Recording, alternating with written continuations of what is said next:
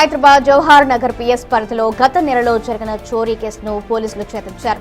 వృద్ధ దంపతులను టార్గెట్ గా చేసుకుని నేపాలీ ముఠా పనిలో చేరుతున్నారు. మల్కాజిగిరి సిపి సుమతి దొంగలు 2 గ్రూపులుగా విడిపోయి వాటాలు పంచుకున్నారన్నారు.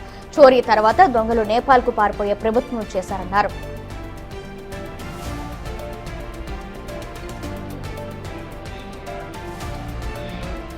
దొంగల ఫోటోలను సరిహద్దు అధికారులకు పంపించగా ముఠా నేపాల్ కు పారిపోయే ప్రయత్నంలో అధికారులు పట్టుకున్నారన్నారు. నిందితుల నుంచి 60 తులాల బంగారు ఆభరణాలు, 15 కిలోల వెండి ఆభరణాలు, $3,000 స్వాధీనం చేసుకున్నారని తెలిపారు. అంతేకాకుండా నిందితులపై 2023లోనే మొయినాబాద్ లో కేసులు ఉన్నట్లు గుర్తించారన్నారు.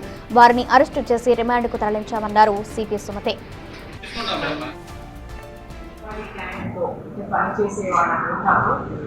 ఒక ఇద్దరు సీనియర్ సిటిజన్స్ కపుల్ పైన వారి ఇంట్లో డెకాయిటీ జరిగింది. ఆ డెకాయిటీలో దాదాపుగా మురళీ మోహన్ తర్వాత తన వైఫ్ వీరు ఇంటర్నేషనల్ ఆర్బిట్రేటర్గా పనిచేస్తారు.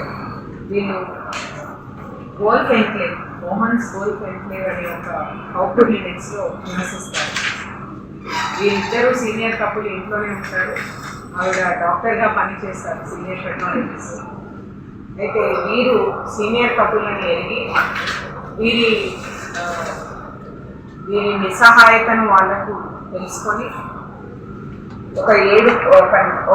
ఫస్ట్ ఈరోజు మనము అరెస్ట్ చేయబడ్డ మీనా అలియాస్ మమత, తర్వాత ఆమె భర్త రాజేష్,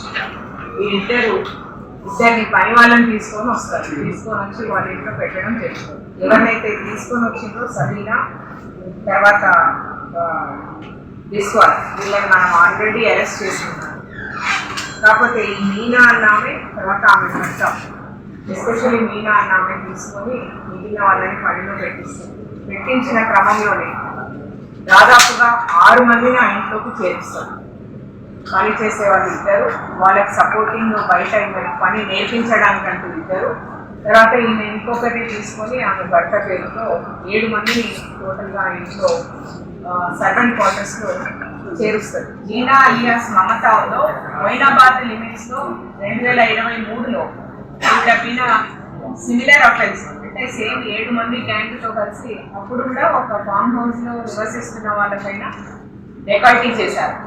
దాంట్లో కూడా ఆమె మీద నోటీస్ సర్వ్ చేయబడింది. అంటే ఎక్కడైతే ఆమె వెళ్ళి ఉందో నేపాల్లో ఎక్కడ ప్రదేశంలో ఉందో మనకు కేవలం టెక్నికల్ ఎవిడెన్స్ ద్వారా ఆమెనే ఈ అఫెన్స్ చేసిందని తెలియడం ఒక మంచి లీడ్ దొరికిందని. సో టెక్నికల్ ఎవిడెన్స్ ఇన్వెస్టిగేషన్లో ఎంత ఇంపార్టెంట్ అన్నది కూడా దీని ద్వారా మాకు తెలుస్తుంది.